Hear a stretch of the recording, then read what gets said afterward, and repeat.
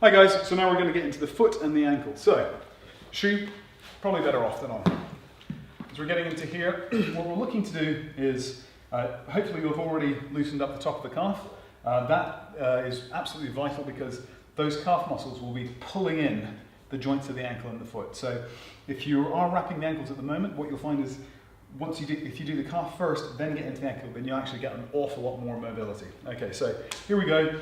Coming in at the top, just above the knobbly bit here, malleolus, is what you call it if you really want to. Okay, so from here, nice and relaxed for our first band. Then get our stretch on. Okay, so we're coming through and give it some welly. As we're coming down, remember it's about a finger width slash centimetre, depending how big your fingers are, as we're coming into here. Try and keep the foot relatively straight. You don't want it too bent one way or the other as you're wrapping in.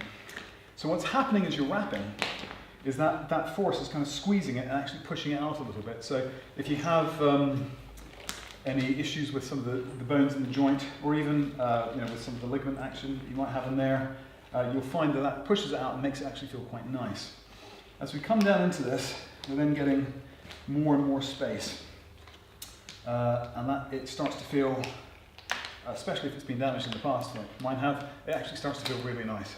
So you get that big old bit of traction through there. Now, the foot itself, obviously that ankle joint, there's all kinds of things going on in here, but the main thing we want to try and do is get that knee going forward and back. Okay, so we're getting lots of movement through here. So the closer you can get that shin to the toe, the better it's going to be. Then likewise coming back through here. The other thing that we want to do from here is get some inversion and eversion. So trying to get that as much as possible. If you have had a sprain on the ankle, that's probably most likely to have had a lateral ankle sprain, so that still might be a little bit juicy. So be careful. But it will feel pretty nice. Again, try and get some good rotation. This is one of those times where actually passively you can get an awful lot of movement through here.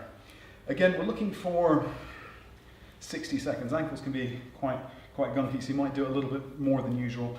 Now, if you see the toes here, you see there's a little bit of a bend through that, and that's because the long flexors, which actually come up into the calf, they've been squeezed a bit, so you can pull them back, and you can get some really nice movement through there.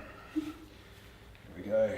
Great stuff. Okay, so as with all things, once you've done your 60 seconds or so with the floss on, you'll want to take it off and do exactly the same thing with it relaxed, as you glory in all the wonderful blood coming into that area. So keep that heel nice and flat, shoot it through, nice bit of movement one way or the other, and then likewise just get it mobilizing in that way.